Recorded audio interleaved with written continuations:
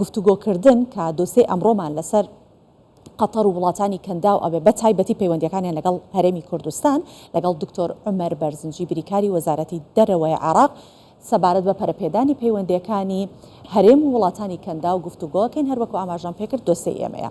دکتۆر عومەر ئەم کاتتان باش پێش هەموو شتێک بۆچی گرنگە کە هەرێمی کوردستان پەیوەندیەکانی چ لە ڕووی سیاسی چ لە ڕووی بازرگانی چ لە ڕووی ئابووریەوە لەگەڵ وڵاتانی کەندا و بەهێز بکات؟ بەناوی خوای بەخشندە و میهرەبان زۆر سوپاس بۆ بەڕێستان. بەڵێ ئەوەی کە ئێستا جەنابتان باستان کرد زۆر تێر و تەسەلانە. ئەوەی کە منە ئێڵێم دوای 2003 ئەو گۆڕانکاریانەی کە لە عێراق ڕوویاوە هەڵبەتە عێراق دەرگای کردوتەوە لەگەڵ هەموو دنیاە پەیوەندەکانی باش بێ و بەهێز بێ. کوردستانیش هەر هەمان شتە چونکە عێراق دوو حکوومەتی تایە، حکوومەتی اتحادی و حکوومەتی هەرێمی کوردستان، شارەکان و محافەزەکان کە بە حکوومەتی مەحەلی دەیانرێ. بەڵام دەستوری عێراق مەجای ئەوەی یاوە کە عێراق فیدرالی بێ. ئەو پەیوەندیانەی کە عێراق دروستی ئەکا لەگەڵ وڵاتانە هەڵبەتە وەزارەی خارجی عێراق وەزارەتی دەرەوەی عێراق هەر لە ساڵی 2003ەوە بە بوونی کۆمەڵێ باڵیۆزی کورد و دیپلۆماسی کورد هاتۆتە مەیدان. لە 2004 ئەو شتانە پێگەشت. یەکەم وەجبەی باڵیۆزەکان کە دامەزرا لە 27 2004ەوە دەستی پێکرد کە بەندە یەکێک بووم لەو سەفیرانەی کە ئەو کاتە لە 27 2004ەوە دەستمان پێکرد. کۆمەڵێ باڵیۆزی کورد بۆ لە وەزارەی دەرەوە هەبێ بە معنای وەزارەتی دەرەوەی عێراق گرنگیەکانی بۆ هەموو عێراقا باڵیۆزانە ژیانەوێ لە پاڵ خزمەتکردنی عێراقا خزمەتی کوردستان بکەن وجودیان لەوێ بوونیان لەوێ ئەو معنایە ئەگەیەنێ. ئەمجا ئێستا ئەم مەوزوعانە تەتەوری کردووە بەوەی کە جگەلەوەی باڵیۆزە کوردەکان لەگەڵ باڵیۆزەکانی کادەوری خۆیان بینیوە حکوومەتی هەرێمی کوردستانیش وەکو قەوارەیەک و وەکو حکوومەتێکی هەرێم هاتۆتە معادلەکانەوە بە باشی پەیوەندی خۆی دروست کردووە لەگەڵ وڵاتانە و بە تایبەتی لەگەڵ وڵاتانی کەنداوە. ئەگەر من بە تایبەتی تر باسی قەتەر بکەم بە حکمی ئەوەی من 3 ساڵ و نیو لە مانگی 4 2019 تا 1 2022 باڵیۆزی عێراق بووم لە قەتەر. پەیوەندیەکان ڕۆژ بە ڕۆژ بەرەو پێش چوون.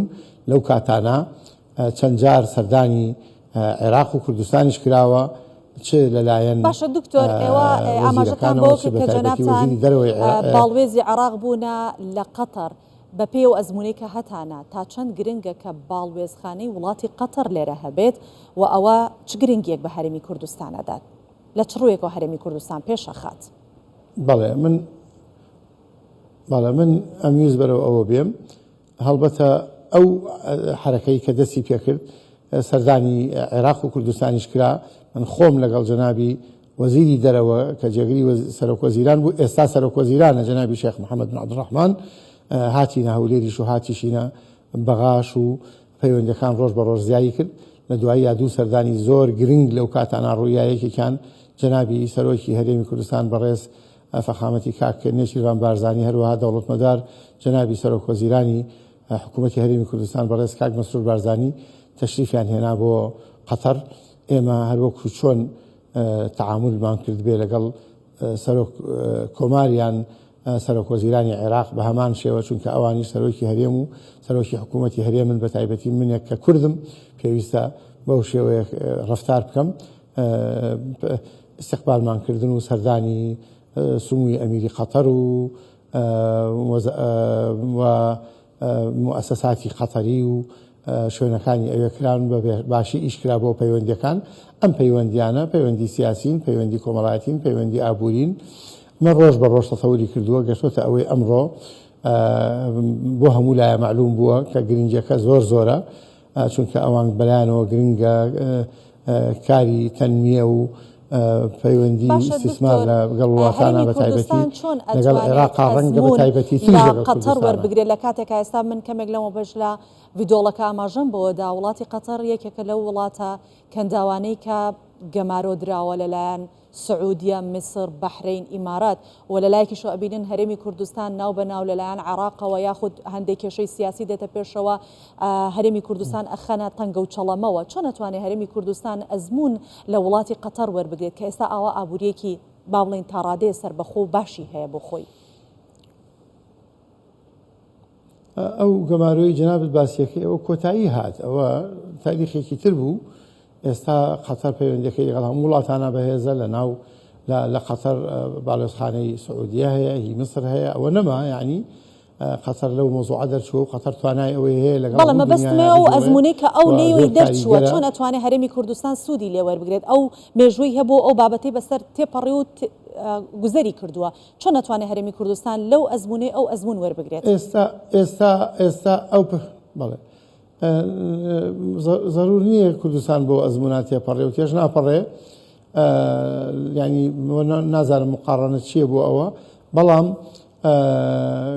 دڵنیام کە کوردستان و قەتەر و کوردستان و کەنداوەتوان باشترین پەیوەندی دروستکەن. ئەو پەیوەندیە لە مەسلحەتی هەردوو وڵات و هەردوو شوێنەکەیە، کاڵم هەردوو وڵاتی عێراق، حکوومەتی هەرێمی کوردستان وەکو بەشێکی گرنگ لە وڵاتی عێراق جێگەی ئیسیفادەیە، گۆڕینەوەی کارە و ئیسtisمارە، کردنەوەی قونسولیەی قەتەری کە من یەکێک بووم لەوانەی بە گەرمی ئیشم تیا کردووە گەشتۆتە ئەم نەتیجە و ئەنجامە، وەکو ئەوەی کە هەم کە سەفیر بووم لە قەتەر، هەم کە ئێستاش من بریکاری وەزارەتی دەرەوەی عێراقم، لەبەرەوە دڵنیام کە کوردستان زۆر ئیسیفادە ئەکا لەو پەیوەندیانە و قەتەریەکان کاتێک کە سیقەیان ئەبێ بە شوێنێک بە کەسێک بە وڵاتێک ئەوە ئەبێ بەهۆی بەهێزبوون و خۆشیان توانای تایبەتیان هەیە، چرە ڕووی ئابووریەوە چرە ڕووی سیاسیەوە.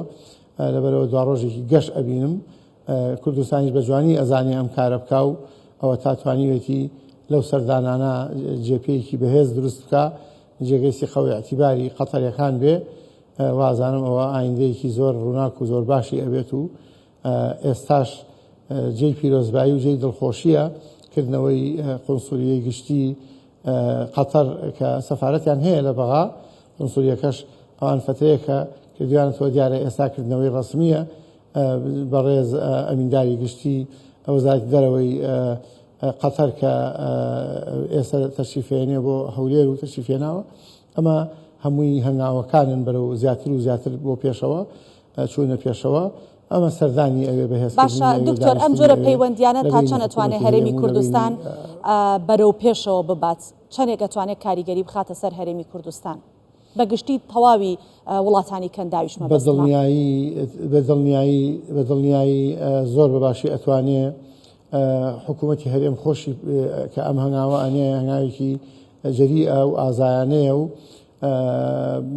ڕۆشتنە بە وەکو بەیەکەوە بوون لەگەڵ عێراقا و هیچ تەناقوزێکی نییە لەگەڵ ئەوەی کە لەگەڵ سیاسەتی دەرەوەی عێراقا ئەڕوا و ئەمە بێ بەهۆی زیاتر گەشە پێدان و زیاتر کارکردن و زیاتر مەشاریعی اقتصادی گەورە و ئیسtisمار چاوەڕوانی ئەوانە ئەکرێ. قەتەر مەجای زۆرە لە زۆر لایەنەوە باڵی هاویشتۆ بە زۆر لایەنی ئابووریە لە دنیاە. دڵنیام کە لەگەڵ کوردستانیشا هەنگاوەکان ڕۆژ بە ڕۆژ بەهێزترە بێ و کردنەوەی ئەو قونسولی عامە لە هەولێر هەنگاوێکی زۆر باش ئەبێ بۆ زیاتر و زیاتر چوونە پێشەوە. و دووبارە دڵنیاتانەکەم لەوەی کە ئێمە دەورمان بووە لەوەی وەکو سەفیرێکی کورد لە قەتەر لە هەموو مەحفەل و لە هەموو شوێنێکە کە شەرحی عێراقمان کردووە، شەرحی کوردستانیشمان کردووە و ئەم واقعی کە ئەوان ئەیبینن ئێمە پێشتر بە نەزەری باسمان کردووە و باشە دکتۆر، لەلایەن قەتەرەوە هەرێمی کوردستان چۆن دەبینرێت؟ قەتەر چۆن گرنگی بە هەرێمی کوردستان ئەدات؟ قەتەر طبعا پەیوەندی قەتەر لەگەڵ عێراقا بە شێوەیەکی عام ڕۆژ بە ڕۆژ بەرەو پێشەوە ئەچێ و قەتەر سیقەی هەیە کە حکوومەتی هەرێمی کوردستان لە دەستوری عێراقا جێگیرە، لەبەرەوە تەرەدودی نییە لەوەی کە پەیوەندی بکە و ئەشدانێت کە عێراقیش مانعی نییە، چونکە ئەوەش گرنگە کە بزانن عێراق موقفی چییە بەرامبەر بەم مەسەلەیە. ئەوان پێیان وایە کە کوردستان شوێنێکی زۆر ئەمینە، هەچەند ئێستا عێراق هەمووی ئەمینە، بەڵام ئەمە ئەمینی کوردستان بۆ بە حاڵەتێکی باشتر، چونکە کوردستان لە 91ەوە ڕزگاری بووە، عێراق لە 2003 ڕزگاری بووە.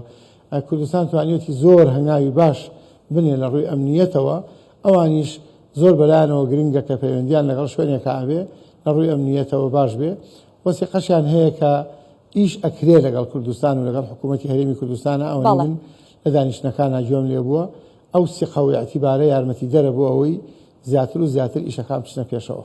بەڵێ سپاس دەکەین دکتۆر عومەر بەرزنجی بریکاری وەزارەتی دەرەوەی عێراق لەسەر پەرەپێدانی پەیوەندیەکانی هەرێم و وڵاتانی کەندا و لەگەڵمان گفتوگۆت کرد.